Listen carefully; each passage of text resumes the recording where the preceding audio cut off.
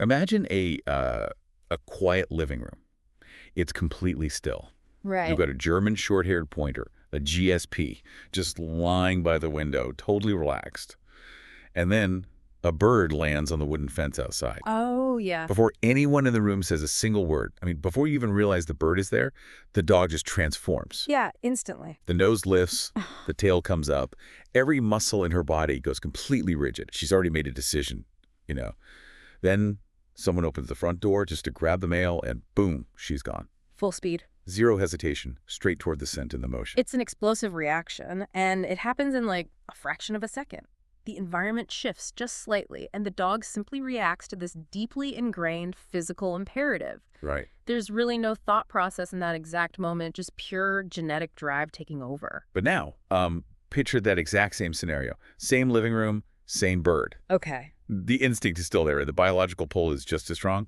But this time when the front door opens, the dog checks in with you first. That's the dream. She waits a beat. The leash stays loose. She's actually like thinking through the situation, not just reacting to it.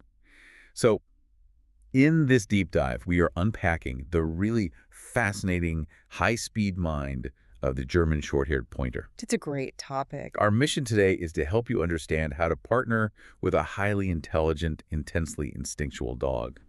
Because the goal here isn't to erase what makes a GSP. You can't. Right. You simply can't train the hunter out of the hunting dog.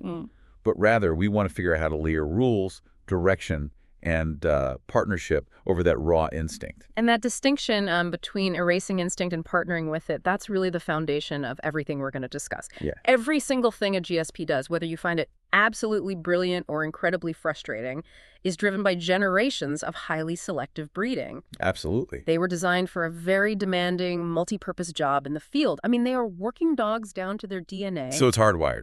Exactly. When we look at their behavior in a modern home, we have to start by acknowledging that they aren't, purposely misbehaving. Yeah. They're just expressing a genetic blueprint in a human world that rarely accommodates it. Okay, let's unpack this. Because right out of the gate, looking at the source material, we run into a massive contradiction in how people talk about these dogs. Oh, the training debate. Yes. If you research the breed, you'll see half the literature saying they are super easy to train, and the other half is warning you that they are impossibly hard to train. So what is the actual reality here? The reality is that we as humans tend to conflate the concept of intelligence with the concept of ease. Oh, that makes sense. Right. Yeah. GSPs are remarkably intelligent, and they possess this high eagerness to learn and work with a handler. But just because a dog is smart doesn't mean they're easy to manage. Yeah, I'd imagine it's the opposite sometimes. It is. In fact, a highly intelligent dog requires far more consistency from you because they're constantly analyzing the environment for patterns. I see what you're saying. They learn the intended lesson quickly, but they're equally fast at learning the loopholes. Exactly. It's a double-edged sword. Yeah, the sources mentioned that it might take them just a handful of repetitions to learn a formal command like sit. Sure. But it only takes them one single repetition to figure out a vulnerability in your routine. Like figuring out that if they bark relentlessly at the back door while you're on a phone call, you will eventually sigh, get up, and open it just to quiet them down. Precisely. I mean, they are exceptional problem solvers. Yeah. If an inconsistent household accidentally shows them that pulling on the leash gets them to the park faster, or, ignoring a command gets them extra attention, Doing it. they will adopt those behaviors with ruthless efficiency. And when they do ignore those commands, humans are very quick to apply emotional human labels to the situation. Right, like he's just being bad. Yeah, or the most common label applied to a GSP, stubborn. But using that word reveals a profound misunderstanding of what is actually happening in the dog's brain. Well, let's drill down into that, because stubborn is the go-to complaint for almost every frustrated dog owner. Why is that the wrong framework for a GSP?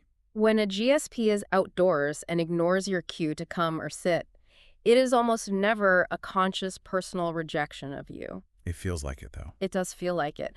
But they aren't trying to insult your leadership. Instead, they are entirely overwhelmed by the sensory input of the environment. Interesting. The world outside isn't just scenery to them. It's a complex canvas of scents, micromovements, wildlife tracks. It's a lot of data. Exactly. To a GSP, a fresh scent trail or a darting squirrel is a neurologically stimulating event. It triggers a massive release of dopamine in their brain. Wow. Alternatively, what looks like stubborn refusal to walk or work could just be physical discomfort. Overheating, a sore paw pad, maybe joint pain.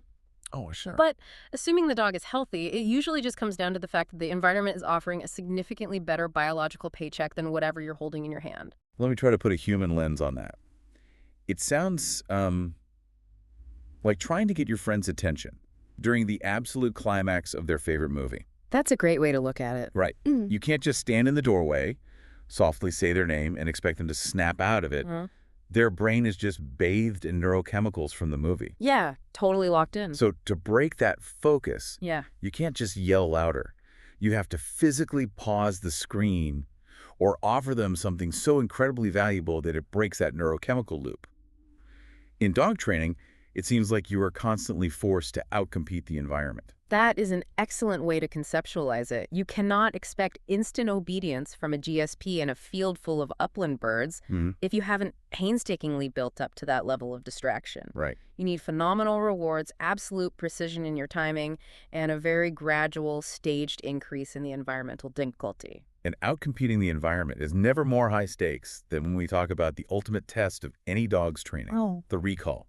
Coming when called. Oh, absolutely. Because the environment is providing endless dopamine-pumping distractions, teaching a reliable recall means you are going head-to-head against the dog's deepest innate prey drive. It is the single most critical skill. A recall for a German short-haired pointer isn't some cute trick to show your neighbors. Right. It's the literal bridge between freedom and safety for a dog that is built to run fast, range far, and follow its nose.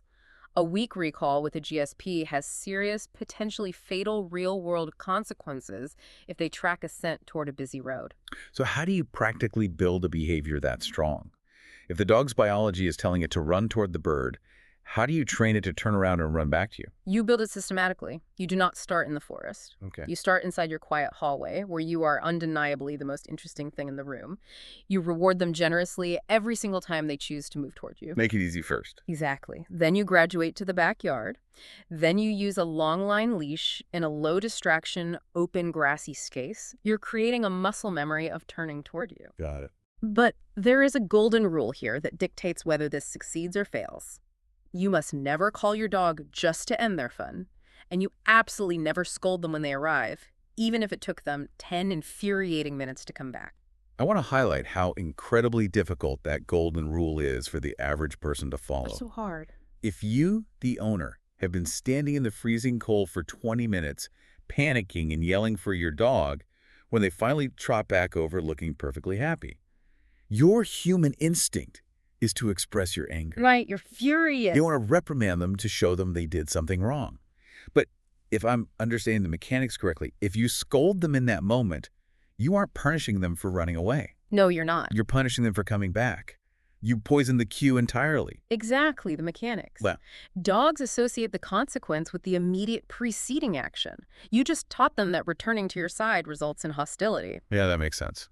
And we have to remember, a dog that comes running to you in the kitchen for a piece of roast beef hasn't proven anything about how they will behave in a dense forest when a rabbit breaks cover. Right. Totally different scenario. What's fascinating here is that we have to view their prey drive as a core feature, not a bug to be deleted. Okay. Chasing a bird or a squirrel is intrinsically self-rewarding for them. The act of the chase itself feels incredible. The dog hasn't forgotten you exist.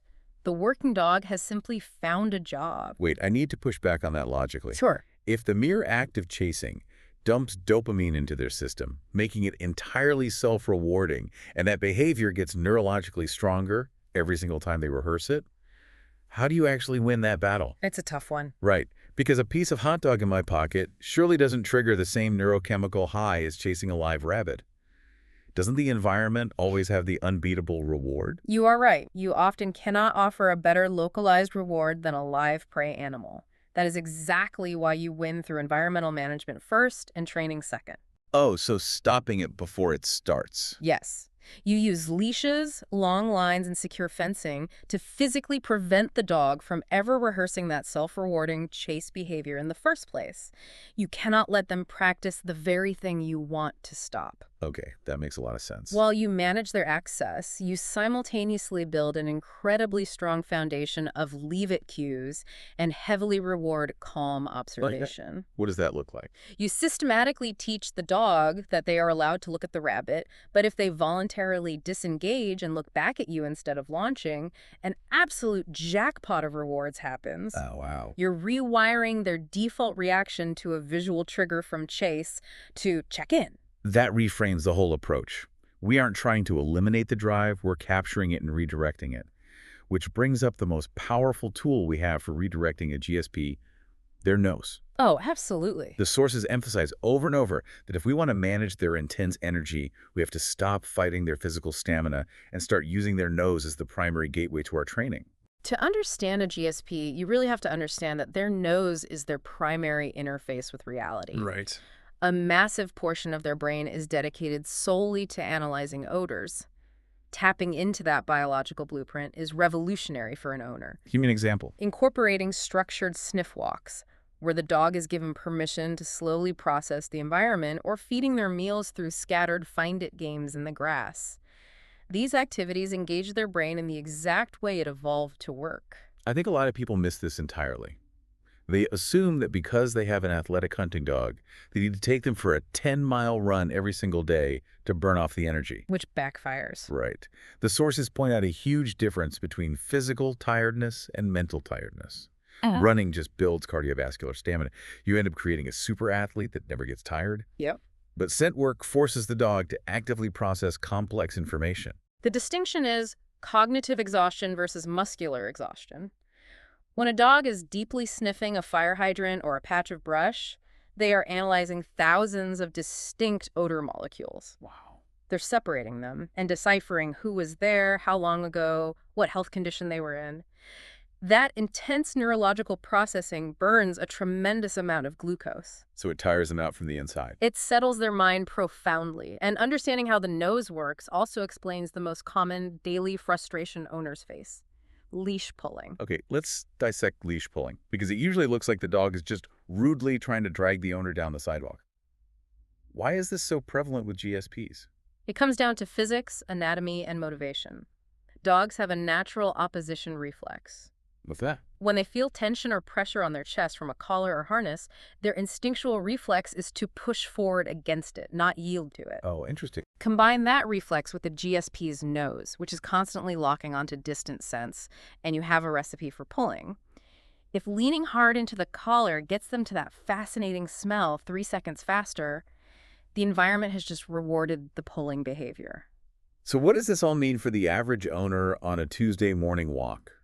It's tricky. Are we supposed to just drop the leash and let them sniff everything to tire their brains out? Because wouldn't that just validate the idea that if they pull hard enough, they get to investigate the smell? It requires a strategy of structured access. Yeah. You first have to teach the mechanics of loose leash walking in completely boring environments, like your living room or a paved driveway. Where there's nothing to sniff. Right. When they do pull out on the sidewalk, you must immediately stop moving. You cannot allow them to drag you forward because the forward motion is the reward. Got it. Once they're slack in the leash and they check in with you, you use sniffing as the actual paycheck. You give a release cue like go sniff, allowing them to explore the bush. That's brilliant. You become the gateway to the environment, controlling the access rather than letting the dog take it by force. And the mechanism underlying all of that, stopping, waiting, getting permission, is impulse control. The sources frame impulse control as the golden thread that connects every piece of good GSP behavior. It really is. It's teaching them to wait at an open door instead of bolting, waiting for a release cue before eating from their food bowl, or pausing before launching into a lake. Yeah. It instills a fundamental life lesson for the dog. Right. Just because you desperately want something doesn't mean you launch your physical body toward it immediately. The pause is what actually unlocks the reward. Exactly. And a lack of impulse control is the direct mechanism behind another major household issue: stealing items and countersurfing. Oh, the classic shoe thief. Right. A working breed without a defined job will look around your living room, spot a shoe, a remote control, or a kitchen towel, and decide that acquiring and carrying those items is their retrieving assignment for the day. And think about how humans react to that. The dog grabs the shoe, the owner gasps, and immediately starts chasing the dog around the coffee table, trying to tackle them and get the shoe back. The worst thing you can do. Without meaning to, the owner has just invented the greatest, most thrilling game of keep away in the world.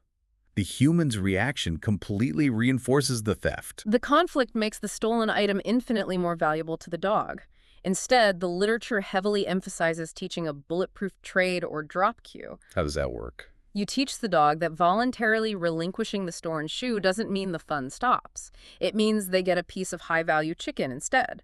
You remove the physical conflict and replace it with a cooperative transaction. Here's where it gets really interesting. Yeah. Because everything we've talked about so far, the neurochemistry of prey drive, Yeah. opposition reflexes, structured scent work, all of that theory has to somehow survive contact with a chaotic human household. Which is messy. Very messy. These dogs don't live in sterile training facilities. They live with kids running around screaming, delivery drivers pounding on the door, and our own erratic work schedules. Exactly. How does this spiralized hunter adapt to the friction points of a living room?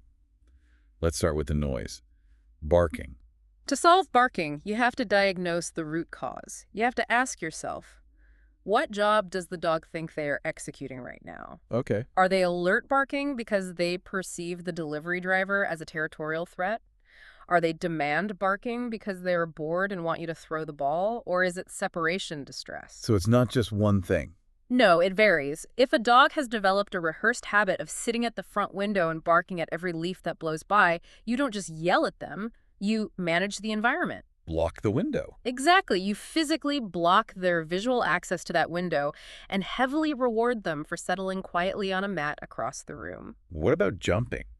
Because a GSP greeting, a guest usually looks like a fur missile launching directly at their face. Jumping is pure, unfiltered enthusiasm. GSPs greet the world with their entire bodies.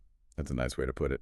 But the family and all visitors have to consistently teach the dog that joy is only acknowledged when 4 paws remain on the floor. Which is hard when people think it's cute. Yes. If a guest laughs and pets the dog while it's mid-leap, or even pushes the dog away playfully, the dog registers that physical contact as a reward.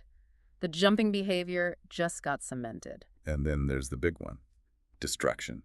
Chewed up couch cushions, baseboards ripped off the wall, gardens excavated into craters. Then nightmare scenarios. Yeah. The sources use a phrase that I think perfectly summarizes the GSP. Destruction is simply energy looking for an object to become a job. That's profound. Right. When a hunting dog is under-exercised or under-stimulated, all that kinetic energy has to go somewhere. Destroying a couch cushion essentially simulates the tactile experience of plucking a bird. It's a simulated hunt in your living room. That is a brilliant way to understand it. And we have to recognize that destruction is also a primary symptom of isolation distress. Oh, that makes sense. GSPs are deeply pack-oriented and bred to work in tandem with a human hunter in the field.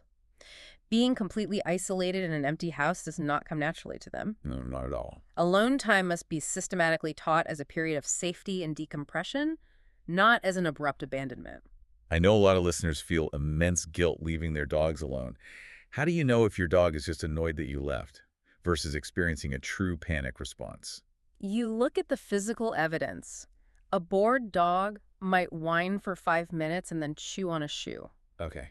True panic presents as extreme physiological distress. We're talking heavy drooling, frantic escape attempts that bloody their paws, or destroying the actual doorframe trying to get out. That's terrifying. It is. If a dog is experiencing genuine panic, you cannot just tough it out or put them in a stronger crate. That requires qualified, professional behavioral support to change the dog's emotional response to isolation. That makes a lot of sense. And we also have to address the family dynamics. GSPs are generally incredibly affectionate with children, but they are powerful, fast-moving athletes. The sources make it clear that kids should never play chase games with a GSP because running away triggers that exact same prey drive we discussed earlier. It kicks right in. And when it comes to the family cat, the literature is pretty blunt. We have to be honest about this. Honesty is critical here. A GSP can be a loving, gentle member of your family and simultaneously represent a lethal threat to the family cat if not strictly managed. Wow. Early socialization with cats genuinely helps the dog learn that the specific cat is part of the household inventory, but it absolutely does not erase thousands of years of selective breeding for prey drive. What do you do? An owner must ensure the cat always has vertical escape routes, interactions must be actively supervised, and the dog can never be allowed to rehearse chasing the cat, even if it looks like playful behavior. Which brings us to a skill that I think acts as the ultimate antidote to all this chaos. The sources suggest the most underrated skill a GSP can ever learn is simply settling down. It's like managing an elite marathon runner. If a human athlete doesn't know how to take a rest day, their coach has to explicitly force them to sit on the couch so their muscles can repair. That's exactly it. A GSP that is constantly given puzzle toys, constantly run, and constantly entertained may never actually learn the vital skill of doing absolutely nothing. Teaching an active place command, having a specific dog bed or mat where their only assigned job is to lie down, relax, and watch the world go by, is just as crucial as teaching a flawless recall. Just a spot to turn off. Yes, the dog's nervous system has to learn that life consists of intense motion followed by mandatory recovery. Right. But there is a crucial caveat that overrides all of these behavioral strategies we've discussed. Oh, what's that? What happens when you are managing the environment, providing scent work, enforcing impulse control, and the training suddenly just stops working? Ah, the hidden layer. When what looks like a behavioral problem isn't actually a behavioral problem at all when it's a health issue. If we connect this to the bigger picture, behavioral expression and physical health are deeply, inextricably linked. Especially in these dogs. This is especially true in a stoic, athletic working breed like the GSP. They are bred to push through physical discomfort in the field. Right, they won't just complain. Exactly. Therefore, a sudden change in behavior is very often the very first, and sometimes the only, way the physical body asks the owner for help. So what specific changes are we looking for? Because, a dog can't just tell you its shoulder hurts. You are looking for sudden, uncharacteristic deviations from their norm. A GSP that usually loves the car but suddenly hesitates or refuses to jump into the back of the SUV might be experiencing early joint pain. Oh, wow. A dog that is usually fiercely independent but suddenly becomes incredibly clingy or unusually irritable with other dogs might be dealing with an invisible ear infection or a skin allergy. Things you'd never see. Right. A dog that usually sleeps solidly through the night but starts pacing and panting might be experiencing gastrointestinal distress. As humans, our first instinct is usually to view these changes through a lens of obedience. Yeah, we take it personally. We assume the dog is suddenly acting stubborn, testing boundaries, or forgetting their training. In the heat of the moment, when you're frustrated, how do you tell the difference? How do you distinguish between a dog just being stubborn because there's a fascinating smell nearby versus a dog that is quietly asking for medical help because they are in pain? The short answer is, you must know your dog's baselines. The goal isn't for you, the owner, to act as a veterinarian and diagnose the dog on the sidewalk. Right. The goal is to intimately track your dog's normal patterns of eating, sleeping, moving, and reacting. When a stark deviation occurs, like if a previously reliable recall suddenly falls apart over a week or their tolerance for being left alone vanishes overnight, you treat that as data. Not disobedience. Exactly. You take that data to your veterinarian first. You don't immediately assume you need to buy a stricter training collar or hire a new trainer. You must mathematically rule out physical pain before you treat it as a training deficit. That shifts the entire paradigm of dog ownership. You aren't just a commander, you're an observer. Beautifully said. So, to bring all these complex threads together, what we've discovered in this deep dive is that the German Shorthaired Pointer is a masterful, highly specialized working machine. They really are. Their minds are constantly processing the environment, dissecting scents, and calculating motion at 1,000 miles an hour.